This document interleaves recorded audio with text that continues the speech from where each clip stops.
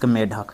और आपको टेडपोल में याद रखना है कि इस टेडपोल के अंदर टेडपोल और वयस्क मेढक दोनों भिन्न भिन्न दिखाई देते हैं।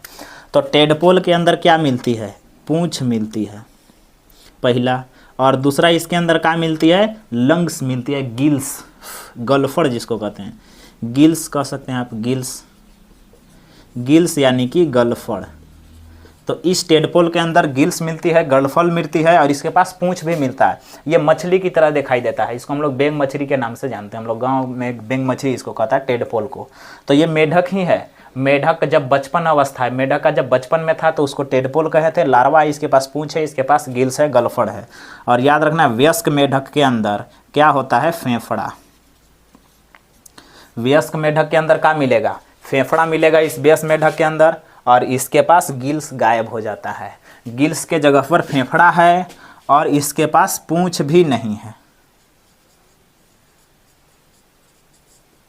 पूंछ नहीं है इसके पास।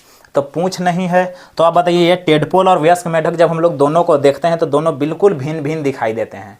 और जब भिन्न भिन्न यानी कि जीवन की दो अवस्थाएं जब अलग अलग दिखाई देती है और जब इस ये रूपांतरण होता है, ये रूपांतरण हुआ है, तो इस रूपांतरण को हम लोग कहते हैं कायांतरण।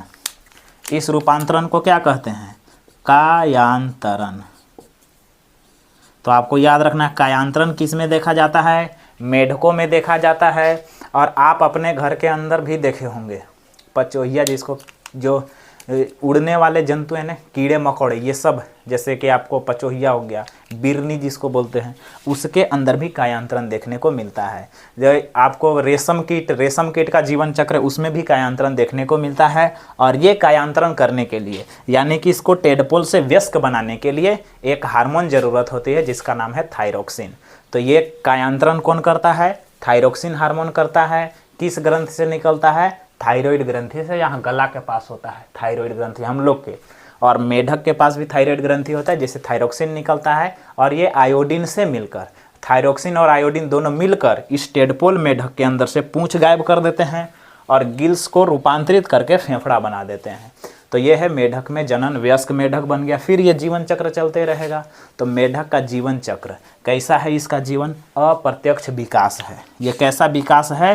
अप्रत्यक्ष विकास है। और अप्रत्यक्ष विकास में ही क्या देखने को मिलता है? कायांतरण देखने को मिलता है। तो आप बताइएगा वीडियो कैसा लगा। मिलेंगे हम लोग अगले क्लास में। जय हिंद।